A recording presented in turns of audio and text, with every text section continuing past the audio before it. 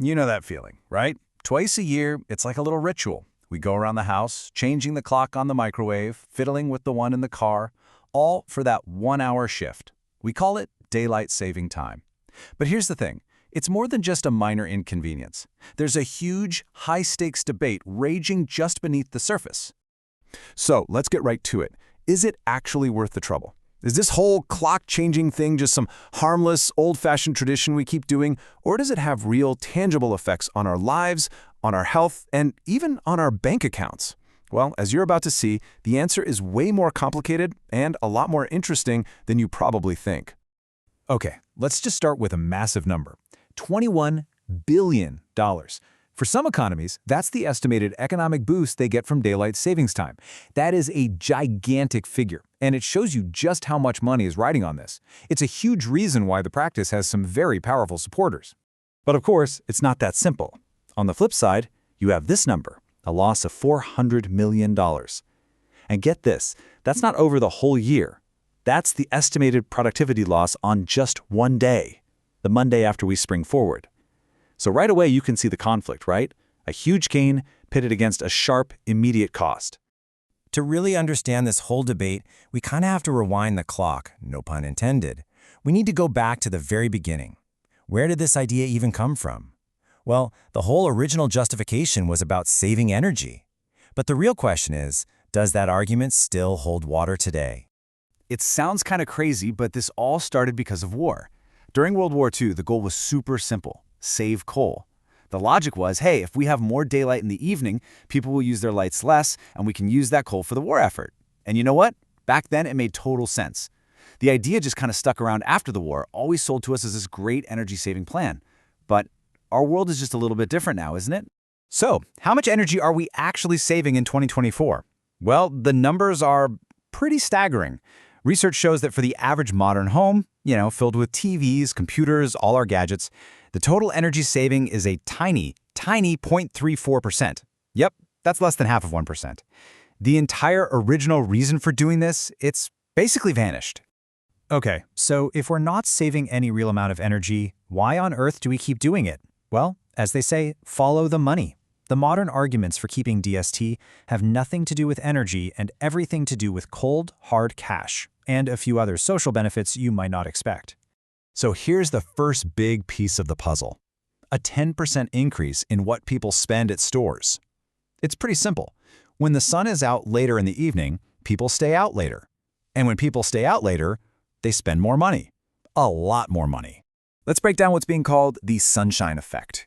For starters, shopping malls see a lot more foot traffic. Restaurants get a huge boost, especially on weeknights, because people are way more likely to go out for dinner when it's still bright outside at 7 or 8 p.m. And, this part's fascinating, we're just psychologically more likely to make impulse buys. It all adds up to billions in extra spending, every single month.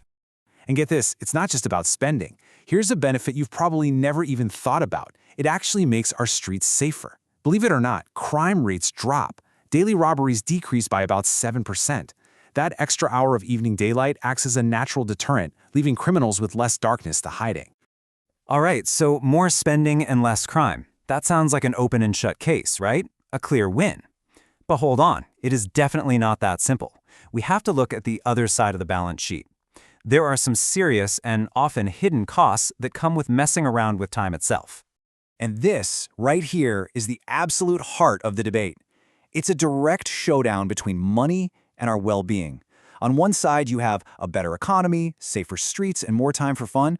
And on the other, you've got a hit to our productivity, our safety, and even our physical and mental health. Remember that $400 million number? It's so important, it's worth seeing again.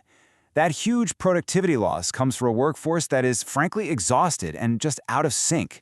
But it doesn't stop there. Studies also show a noticeable spike in workplace accidents in the days right after the springtime change, all because people are adjusting to that lost hour of sleep.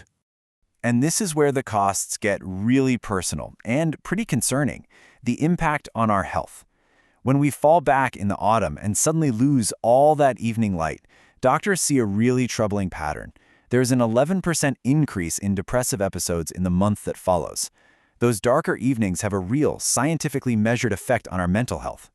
Which brings us all the way back to the main question. We have billions of dollars in economic activity and safer communities on one side, but on the other, we have lost productivity, more accidents, and a serious negative impact on our collective health. So, when you put all of that together, is it really worth it?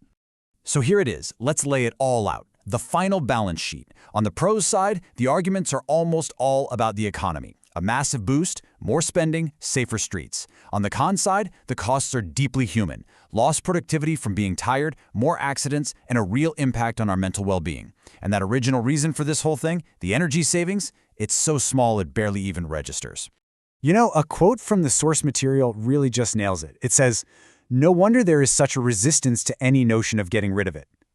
And it's true. When you realize there are billions of dollars on the line for huge industries like retail and restaurants, that economic incentive to keep those bright evenings is just immense. It creates this incredibly powerful pushback against any talk of change. So after seeing all the evidence, the busted myth about energy, the huge economic boom, and the hidden human cost, the final decision really comes down to you. What do you think? Is that boost to the economy and those lovely long summer evenings worth the collective groan, the hit to our productivity, and that lost hour of sleep? It's a trade-off we all make, year after year.